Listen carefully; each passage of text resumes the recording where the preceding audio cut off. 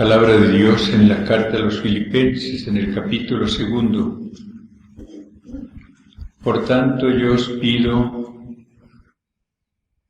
por el estímulo de vivir en Cristo, por el consuelo del amor, por la comunión en el Espíritu, por la entrañable compasión, que colméis mi alegría, siendo todos del mismo sentir, con un mismo amor, un mismo espíritu, unos mismos sentimientos. Nada hagáis por rivalidad ni por vanagloria, sino con humildad, considerando cada cual a los demás como superiores a sí mismo, buscando cada cual no su propio interés, sino el de los demás. Sentid entre vosotros lo mismo que Cristo, el cual, siendo de condición divina, no hizo alarde de ser igual a Dios, sino que se despojó de sí mismo, tomando condición de siervo, haciéndose semejante a los hombres y apareciendo en su parte como hombre, y se humilló a sí mismo, obedeciendo hasta la muerte y muerte de cruz, por lo cual Dios le exaltó y le otorgó el nombre que está sobre todo nombre, para que al nombre de Jesús toda rodilla se doble en los cielos, en la tierra y en los abismos, y toda lengua confiese que Cristo Jesús es Señor, para gloria de Dios Padre. Gracias, Señor, por tu palabra que tanta luz nos comunica y tanta fuerza también nos depara. Gracias, Jesús, por tu humildad,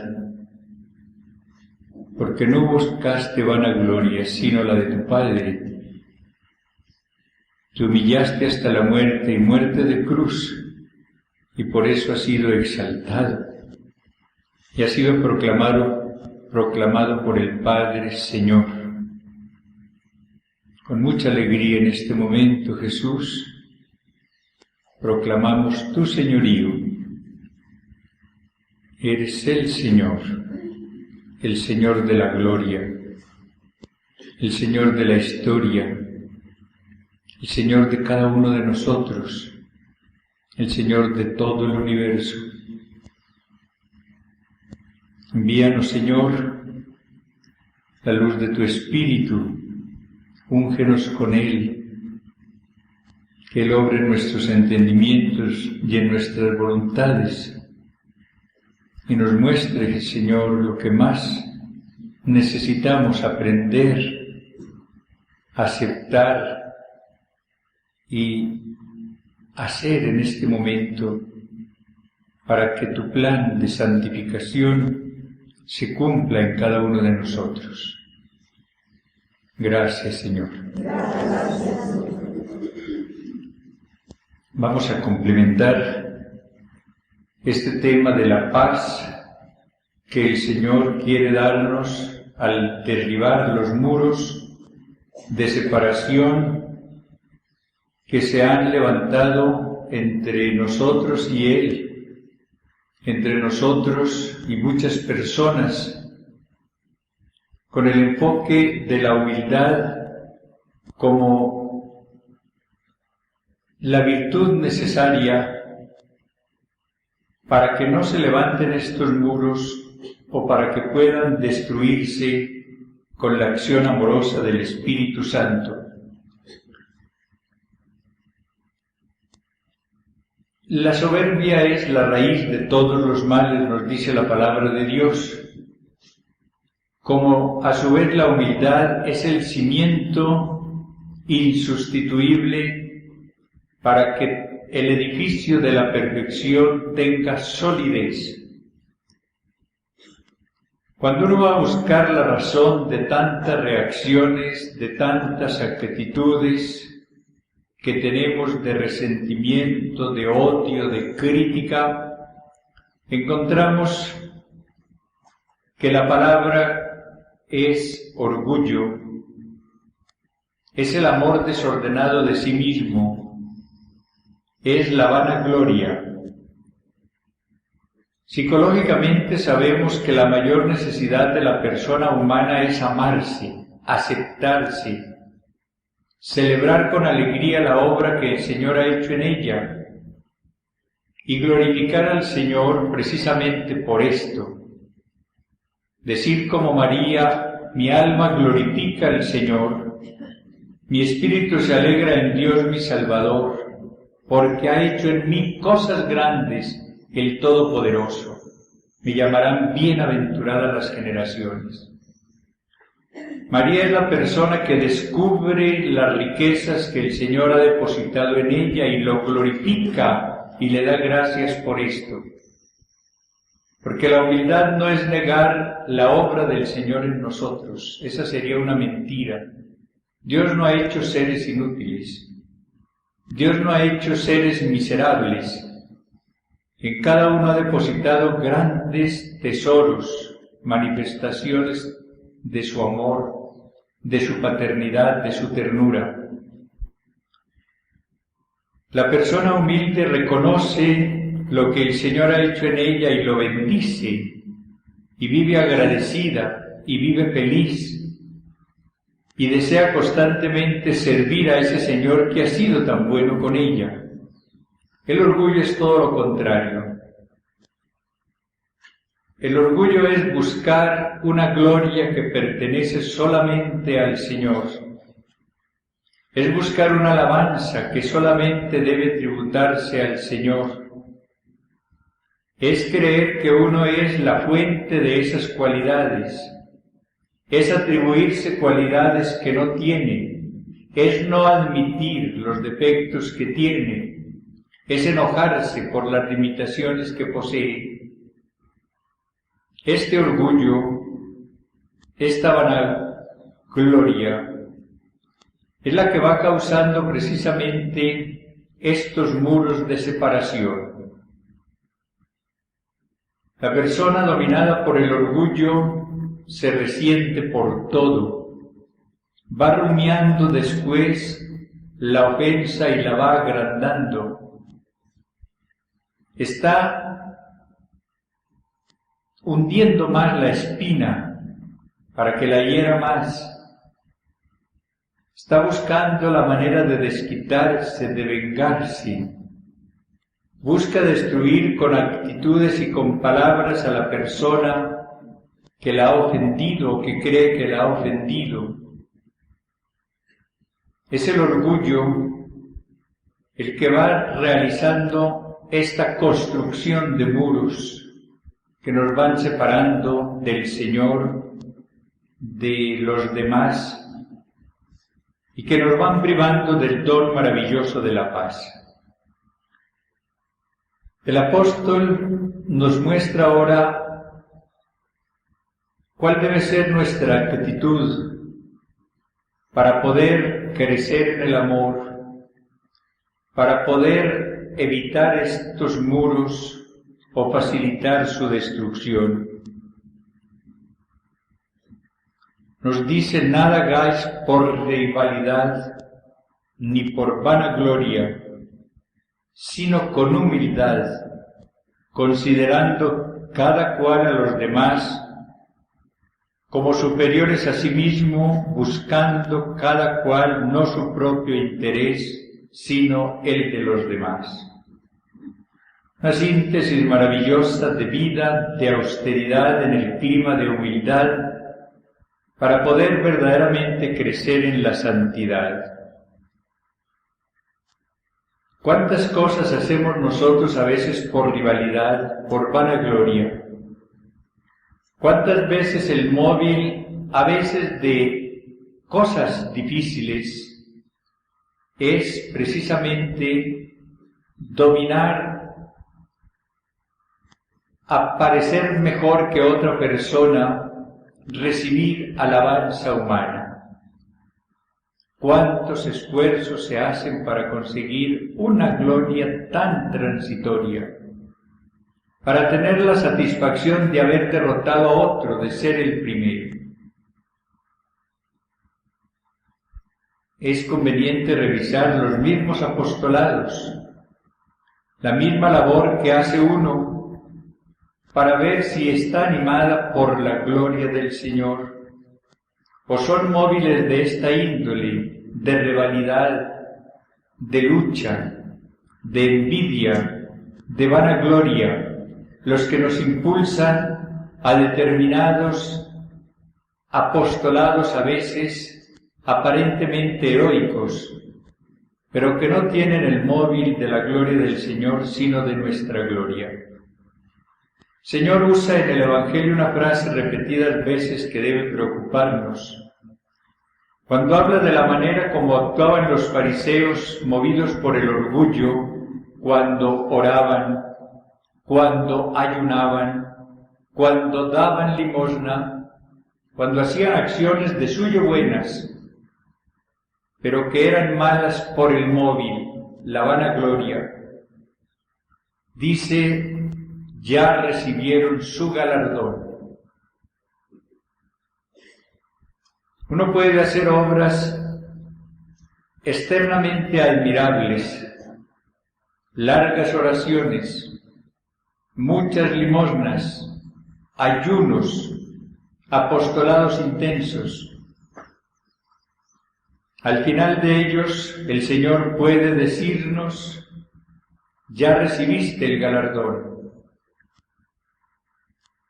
Solamente es galardonada la acción que se hace por amor al Señor. Solamente es galardonada la acción que se hace como servicio al Señor. La acción que se hace para buscar beneficio, alabanza, triunfo personal, recibe el galardón precisamente en eso, en la alabanza de los demás, en la gloria que tributan los demás, en el triunfo que se saborea sobre el otro. En el Evangelio de hoy, el Señor nos dice que debemos ser siervos que, convencidos de que todo viene de Él, se llamen inútiles. Decir siervos inútiles somos. Hemos hecho lo que se nos había ordenado. La posición auténtica en el servicio del Señor es esa, experimentar interiormente con la luz del Espíritu nuestra realidad de siervos del único Señor que es Jesús. Jesús ha sido proclamado Señor por el Padre como acabamos de oírlo, porque Él se anonadó a sí mismo tomando la forma de siervo, porque se hizo obediente hasta la muerte y muerte de cruz. El Padre lo exaltó y le dio el nombre que está sobre todo nombre y lo ha proclamado Señor. Así premia Dios al humilde. A Jesús, que se hace humilde y obediente hasta la muerte y muerte de cruz, lo exalta y lo coloca por encima de todos. Es el Señor. María, la esclava del Señor, es exaltada a la dignidad más grande después de la de Cristo. Jesús cumple siempre aquellas palabras: el que se humilla será exaltado, el que se ensalza será humillado.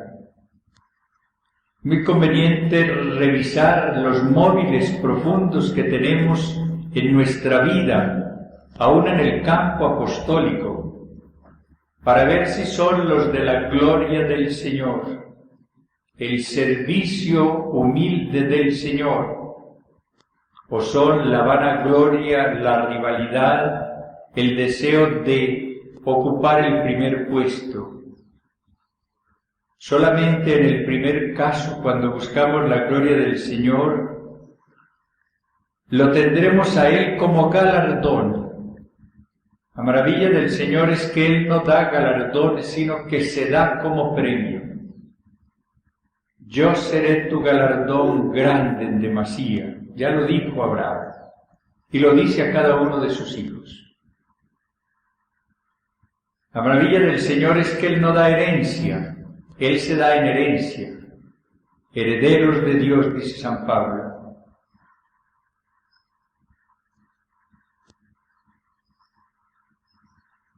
Pidamos hoy en este retiro la gracia de no buscar en nuestra vida de entrega cosas tan pequeñitas como son el aplauso, la admiración, la alabanza humanas.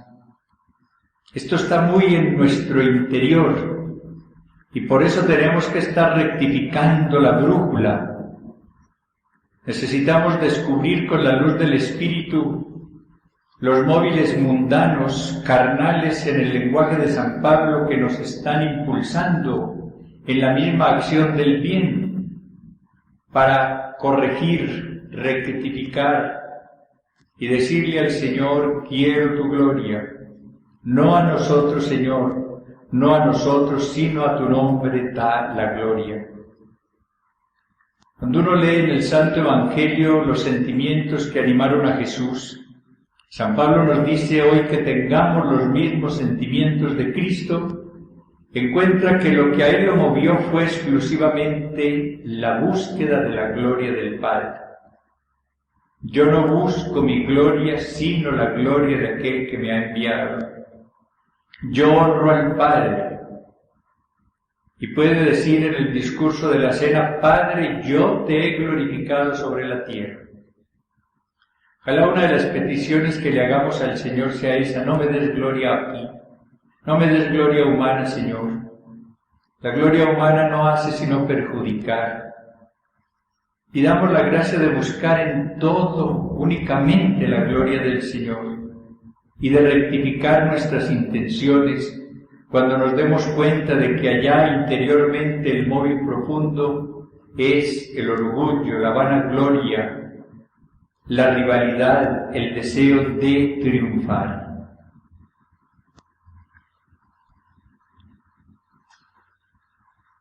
Todo debemos hacerlo, nos dice San Pablo, con humildad, considerando cada cual a los demás como superiores a sí mismo. El espíritu del Evangelio es totalmente opuesto al espíritu del mundo. Por eso es tan difícil de aceptar y de comprender muchas veces. Ustedes estudian la humanidad y ven cómo el móvil de esa humanidad en general es llegar a la cumbre, ocupar el primer puesto, ser cada uno superior a los demás, dejar a los otros postrados en el camino para llegar a la cumbre, ceñirse una corona y decir: yo soy el príncipe, yo soy el rey. Ese es el término que se usa, lo acabamos de oír ahora, por ejemplo, en lo de la trova, por ejemplo. Ahí uno de ellos fue proclamado y coronado el rey de la trova. En la canción mexicana aparece el término: yo soy el rey, el que canta mejor, el que domina más. La palabra rey o príncipe o presidente o jefe es la misma en el fondo, es la que expresa el deseo de la persona de ocupar el primer puesto. El Señor en el Evangelio le dice a sus discípulos que no busquen el primer puesto sino el último, que hay esa tendencia natural a buscarlo primero. Y uno puede en su misma comunidad, en su mismo sacerdocio, estar anhelando puestos y puestos, subir y subir, y estar actuando allí con un criterio carnal que no es el del Señor. Esto es más importante de lo que nos suponemos y más difícil en la práctica también de lo que a primera vista se cree. Ya vemos cómo el Señor apenas logró corregir esa tendencia de sus discípulos a ocupar el primer puesto cuando les comunicó su espíritu.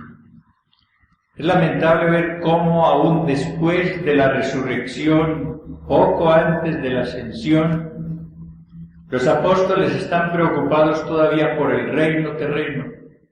Es ahora, Señor, cuando vas a restablecer el reino de Israel. Ya recordamos cómo la esposa de Zebedeo se acerca un día a Jesús para hacerle una súplica, que sus 2 hijos ocupen los 2 primeros puestos en el reino, que el uno esté a la derecha y el otro a la izquierda. Era toda esa mentalidad de reino temporal, de supremacía, la que estaba animando a estos apóstoles, los que habían oído hablar a Cristo, los que habían presenciado sus milagros, los que habían comprobado su resurrección. Solamente cuando el Espíritu del Señor los llena en Pentecostés dejan de preocuparse por el reino temporal, ya no piensan en ocupar allí los primeros puestos y se dedican únicamente a buscar el reino del Señor. La gran pregunta que debemos formularnos es esta: ¿busco el reino de Dios o estoy buscando mi pequeño reino?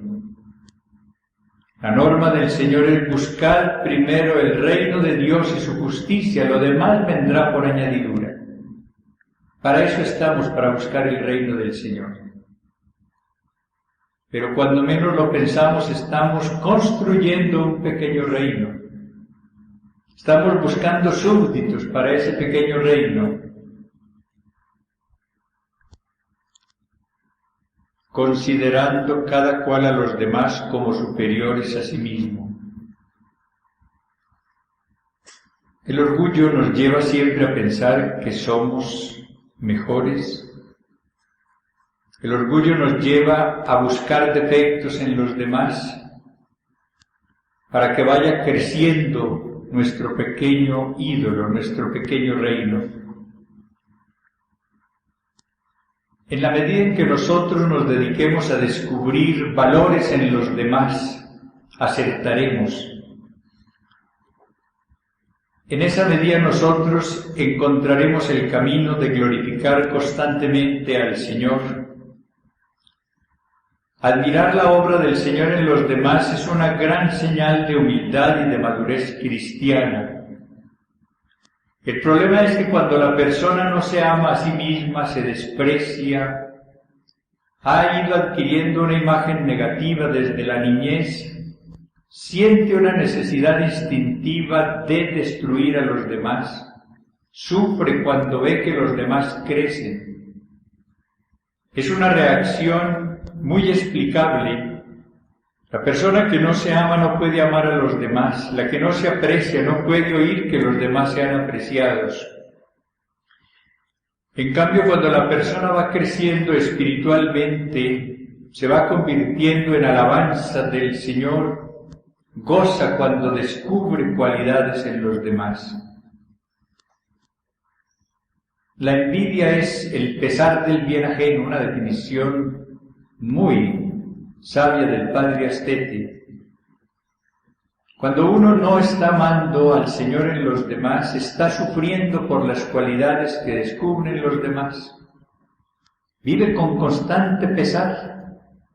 Y por eso está buscando los peros que disminuyan el aprecio, el buen concepto que se ha emitido acerca de otra persona.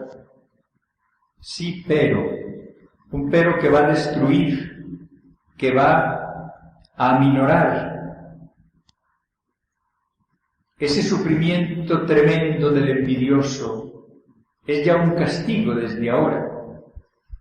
En cambio, la humildad permite a la persona gozar con las cualidades de los demás. Goza cuando se habla bien de otro. Bendice al Señor por lo que le ha dado a otro.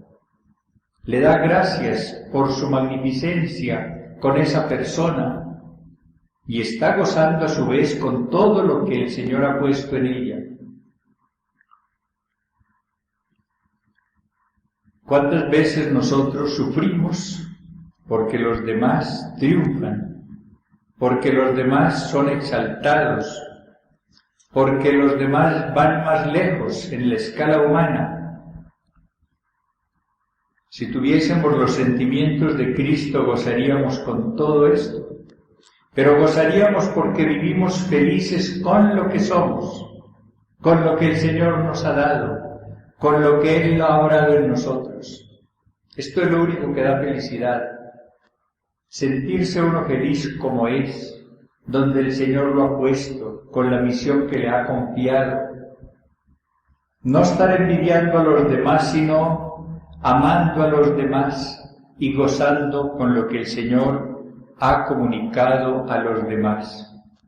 Y remata San Pablo esta norma tan preciosa con estas palabras: buscando cada cual no su propio interés, sino el de los demás.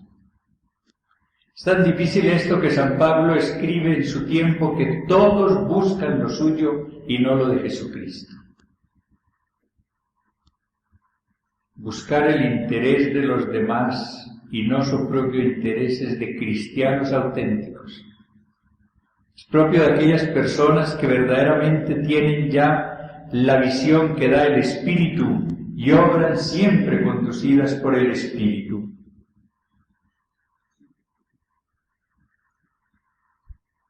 Buscando cada cual no su propio interés, sino el de los demás. Aquí nosotros encontramos un texto importantísimo para revisar nuestra conducta en el día de hoy.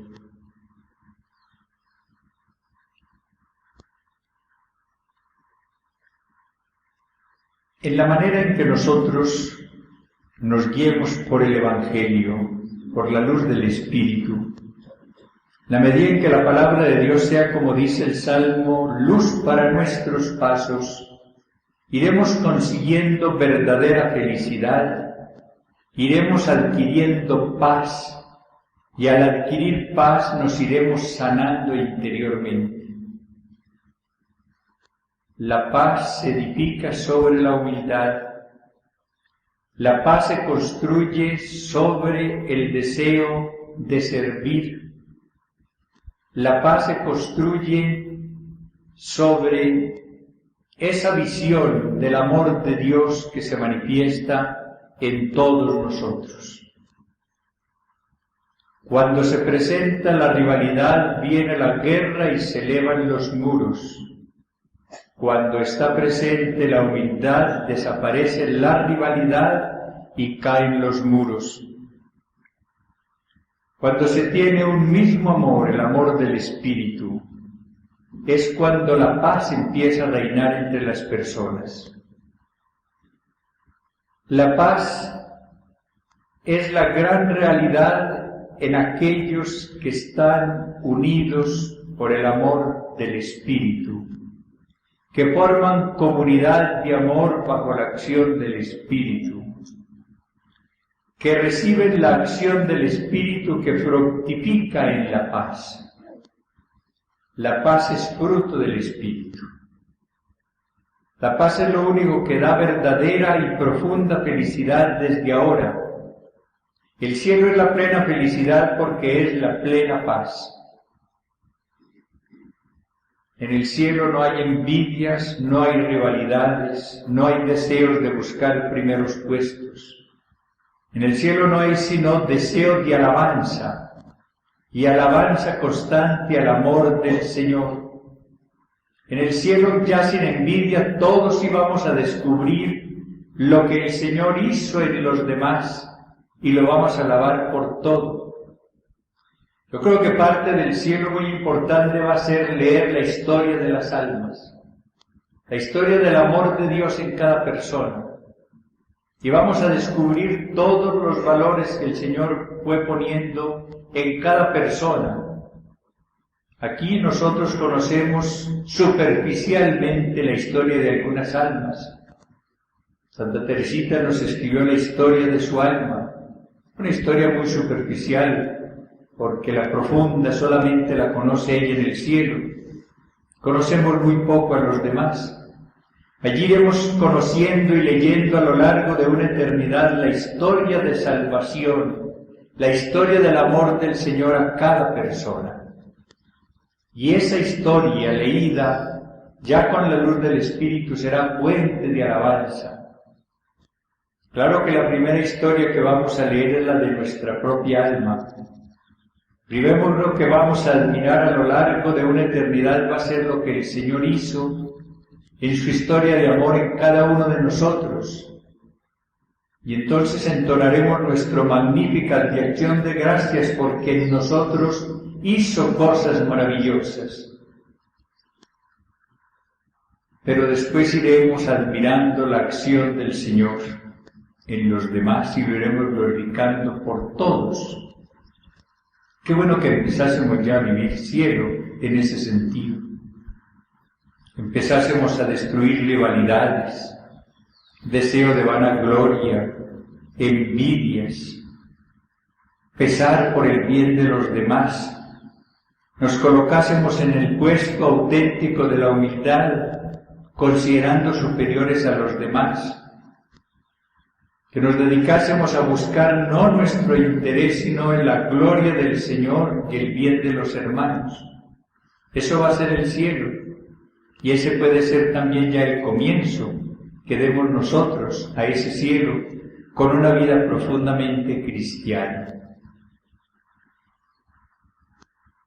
Cuando estamos aquí en el destierro, es importantísimo para nosotros ver claro, descubrir lo que el Señor verdaderamente ha hecho, descubrir nuestra realidad, descubrir sus criterios, tener, como dice San Pablo a continuación, los sentimientos de Cristo, pensar como Él piensa.